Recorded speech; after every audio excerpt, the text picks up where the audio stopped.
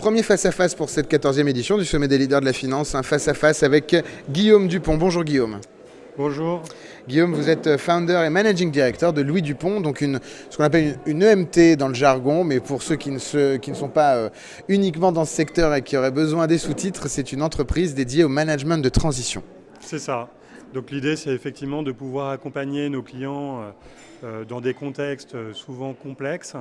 Il y a 3 grandes familles, des sujets de mission relais pour assurer la continuité d'activité, de la transformation, c'est des gros sujets en ce moment, et en particulier d'ailleurs sur les métiers de la finance, et enfin la gestion de crise. Et aussi les acquisitions. Parce que ça, c'est important ça. Donc le management de transition, on revient juste un tout petit moment dessus. Donc le management de transition, vous me corrigez, ça consiste à trouver un dirigeant, à un poste clé bien identifié, très rapidement, pour une période donnée. C'est ça, c'est ce qu'on pourrait appeler vulgairement de l'intérim de cadre dirigeant. Il y a un moment un trou dans la raquette, on va mettre à disposition de la compétence. De la compétence, c'est quoi? Ou c'est qui plutôt? C'est une femme, un homme, capable d'agir au pied levé immédiatement sur un sujet donné. Donc, en général, un peu surdimensionné pour être opérationnel tout de suite. Et je saute sur le point, parce que tu dis une femme, un homme à dessein, parce que il y a la loi RIC1 qui est sortie récemment, évidemment qui est une loi importante. Alors, au nom de toute la rédaction, je vous prie de bien vouloir excuser le fait qu'effectivement on a des plateaux très masculins aujourd'hui, mais nous y travaillons, et pour autant le sujet est important évidemment pour nous. Donc cette loi, je crois que vous l'avez saisie à bras-le-corps, et vous avez même créé une solution un petit peu dédiée. C'est ça. En fait, le propre de la loi RIC1, c'est de permettre aux femmes d'accéder dans l'entreprise à des postes stratégiques. Donc on est vraiment sur le sujet de la promotion des femmes sur des fonctions en tout cas de dirigeantes. Quand tu dis permettre, il y avait déjà des femmes patronnes. Oui. Mais par contre là on est sur quoi? On est sur quels sont les incentives? Là aujourd'hui il y a des quotas, il y a des standards, et il y a donc des contraintes auxquelles les ETI et les grands groupes vont être confrontés. Donc nous, ce qu'on a essayé de faire, c'est d'apporter une solution à ça. Et donc on s'est adossé à l'EDEC pour créer une étude menée par Dominique Podesta pour justement apporter des solutions et permettre aux femmes d'accéder à ces postes clés dans l'entreprise. Donc là-dessus, on a en tout cas créé une offre qui s'appelle Ambition dirigeante. Bon voilà. on vous souhaite... On pourra en donner d'ailleurs plus de détails. Vous avez déjà des premières missions là-dessus? C'est en cours, effectivement. On ne peut pas citer encore de... C'est toujours très confidentiel ces sujets-là, mais effectivement avec des grands groupes plutôt, et également des ETI familiales. Quelle est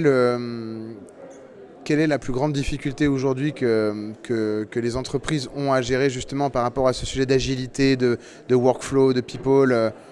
Alors, là on est dans un contexte effectivement où... on l'entend, il y a à la fois une incertitude économique, géopolitique également. Ça a un impact énorme sur les activités et sur les business models. Les entreprises doivent se repositionner, repenser en tout cas leurs activités, et donc sont dans des contextes de totale transformation. On parle d'ailleurs de perma-crise qui nécessite de la perma-agilité. Et donc ce qu'on offre, nous, avec le management de transition, c'est en tout cas une accélération sur la capacité justement à faire un pivot de business model pour pouvoir s'adapter à cette agilité nécessaire pour continuer à exister, puisque si on ne le fait pas, il y a des concurrents qui vont le faire, et donc on se met en tout cas en risque. Donc c'est en tout cas notre modèle, c'est d'anticiper au maximum ce qu'on appelle la chaîne d'exécution pour être capable, à travers le réseau qu'on a construit de femmes et d'hommes, de proposer ces solutions pour que les entreprises continuent en tout cas leur croissance et prennent en tout cas de nouvelles parts de marché. Qu'est-ce qui change dans la direction financière? En 2024, vous faites ce métier depuis un certain temps. Qu'est-ce qui a changé si on devait retenir un point? Alors, il y a beaucoup de choses qui ont changé, mais si on parle d'un point en ce moment, et pour faire en tout cas écho à l'actualité, je crois que c'est la gouvernance de données avec l'intelligence artificielle, où aujourd'hui le directeur financier ou la directrice financière est au sein de ses équipes est effectivement garant des chiffres, mais a une responsabilité beaucoup plus large avec des enjeux de data science et de big data pour pouvoir créer des modèles beaucoup plus fluides pour permettre en tout cas à des modèles structurants d'intelligence artificielle d'être beaucoup plus transverses sur différents métiers. Donc c'est un enjeu qui nécessite beaucoup d'agilité, beaucoup d'appréhension en tout cas, de nouveaux réflexes. Donc ça c'est un gros enjeu pour les... C'est clivant, non, parce que vous, votre job c'est d'avoir un pool de managers. Oui. C'est ultra clivant l'IA pour vous, parce que, et je veux surtout pas, et je me positionne pas en sachant, donc je vous pose une question. Mais ce qu'on pourrait se dire de l'extérieur, c'est que vous avez la moitié de votre pool à foutre à la poubelle. Parce non, l'IA en fait aujourd'hui, et en particulier sur les métiers de la finance, c'est une opportunité d'avoir une compétence augmentée. C'est-à-dire que ça permet d'aller beaucoup plus loin dans la recherche de nouveaux modèles économiques, de lecture, de prédiction.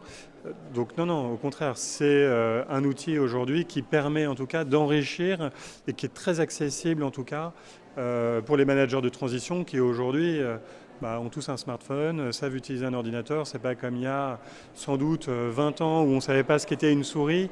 Là aujourd'hui en tout cas il y a beaucoup de learning autour de ça. Non, les managers de transition, on a un pool qui est très solide. Je vous remercie pour cette réponse. Je vous titillais un petit peu, mais c'est le message de notre chaîne. Dans les grandes transformations se cachent des opportunités pour toutes les générations et pour tous les individus, quels qu'ils soient. Donc merci infiniment en tout cas, cher Guillaume, d'avoir bien voulu partager ce plateau avec moi. C'était notre premier entretien en face à face sur le plateau de la 14e édition du Sommet des leaders de la finance. Je vous retrouve dans un instant pour la suite des interviews. Merci beaucoup. Merci beaucoup. Au revoir.